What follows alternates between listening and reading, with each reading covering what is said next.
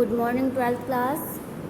अब तक हमने लेसन नंबर 1 राजस्थानी शैली के 12 लॉन्ग क्वेश्चन कर लिए हैं। आज हम क्वेश्चन नंबर 13 करेंगे लॉन्ग, जो कि है जयपुर शैली के चित्रों की विषय वस्तु अथवा विशेषताओं का वर्णन करो।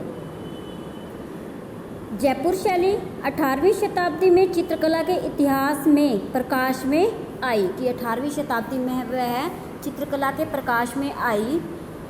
इस शैली पर मुगल प्रभाव बहुत अधिक मिलता है, इसलिए यहाँ की कलाओं में मुगल प्रभाव आया है, कि सबसे ज़्यादा प्रभाव किसका है? मुगल प्रभाव है। इसी कारण इनकी कलाओं में मुगल प्रभाव दिखाई देता है। इस शैली में अधिकतम चित्रों का निर्माण हुआ है, बहुत अधिक मात्रा में चित्रों का निर्माण हुआ है।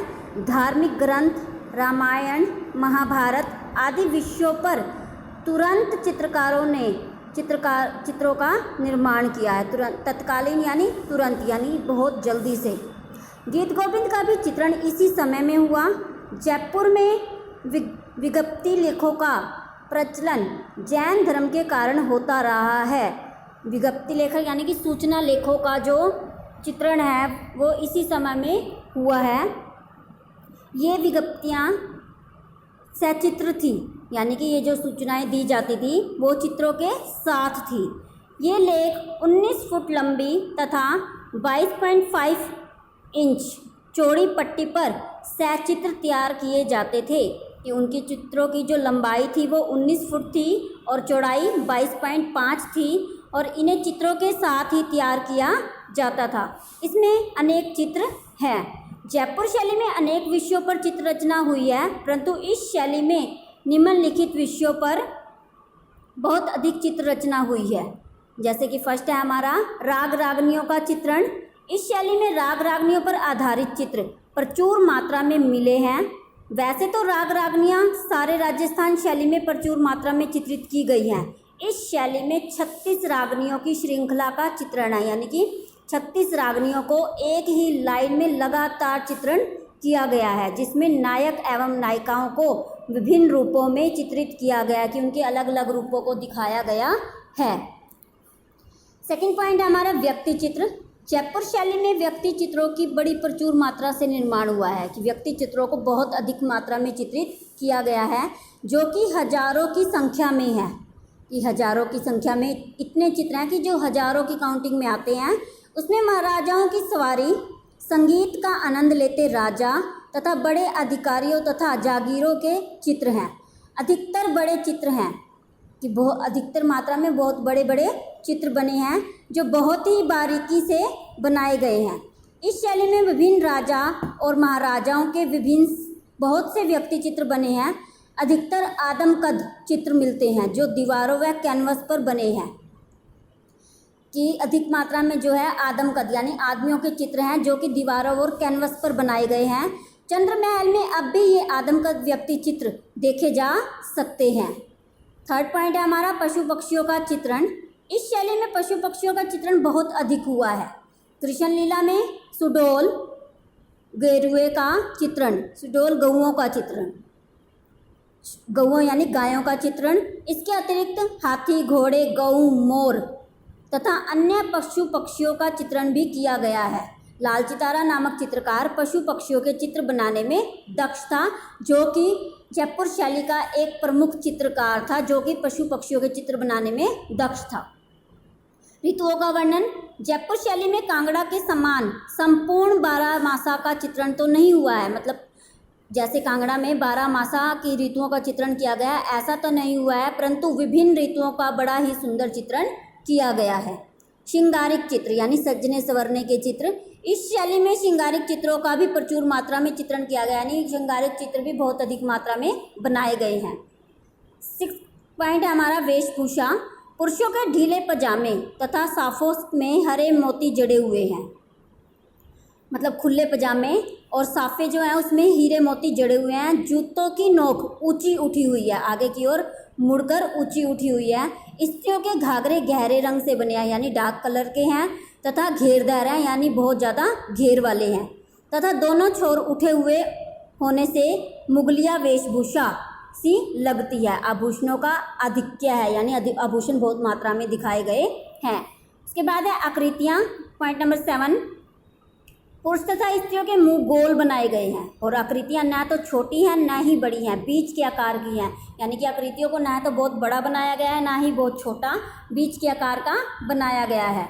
होंठ कुछ मोटे हैं, मत्स्याकार आंखें हैं, मत्स्याकार यानी कि मछली के समान। कमर क्षीण, वक्ष फैला हुआ है। जयपुर शैली में पुरुषों को साधारणतः भरा हुआ शरीर, मझले आकार की गोल नाक, काले व बड़े बाल तथा कुछ पीलापन लिए हुए चेहरे चित्रित किए गए हैं। स्त्रियों की आकृतियों में कजरारे मादक नेत्र, चमकता हुआ मुख, मांसल देह चमकती हुई, पीन पियोधर, लाल अधर, मुगल बेगमों वाली वेशभूषा, झूमर झुमके तथा बाजूबंद इन चित्रों को बहुत आकर्षक बना देते हैं। पॉइंट नंबर 8, हाशियों का प्रयोग। चित्र में बेल बूटेदार हाशियों का प्रयोग हुआ है जो मुगल शैली की देन है।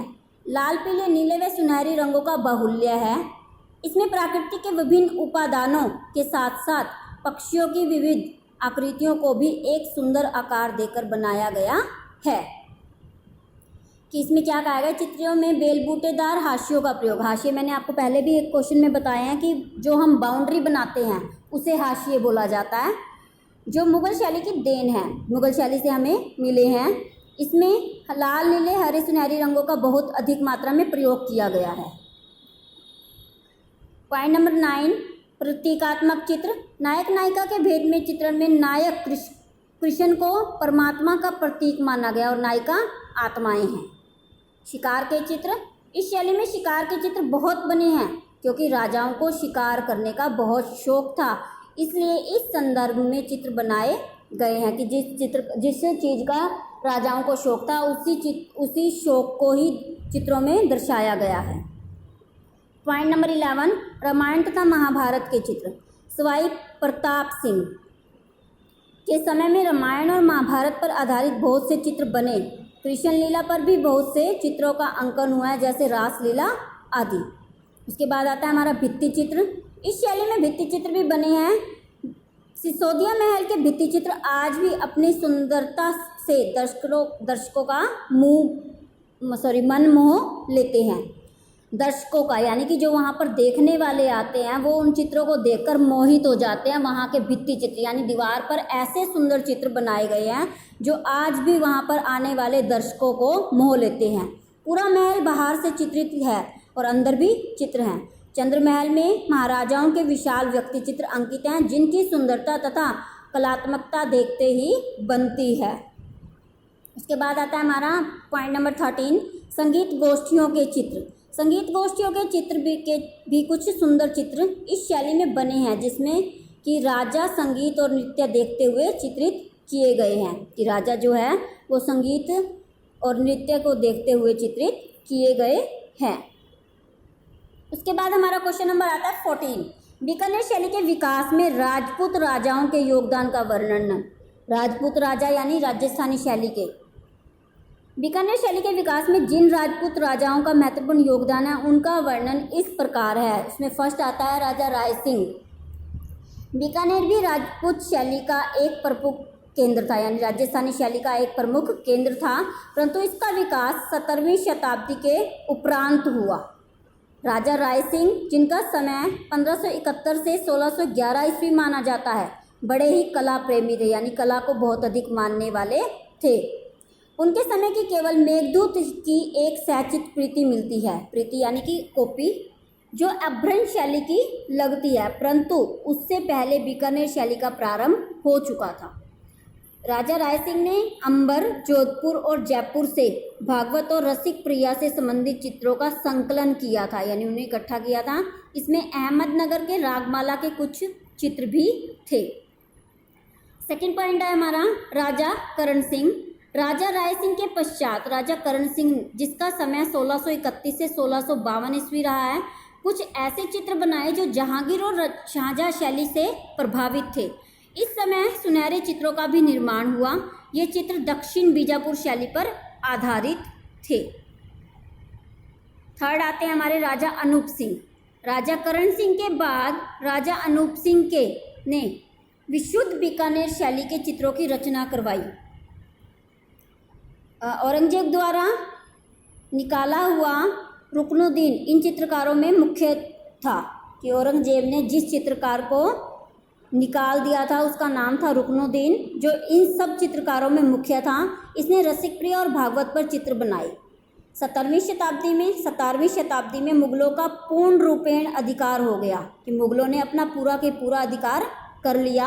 औरंगजेब ने इन राजाओं पर अत्याचार करने प्रारंभ कर दिए थे, यानी कि वो उनके ऊपर अत्याचार करता था, क्योंकि अंबर के मानसिंह और बीकानेर के रायसिंह की मृत्यु तक चित्रकला आम जनता तक बहुत रद्दी रूप में पहुंच गई।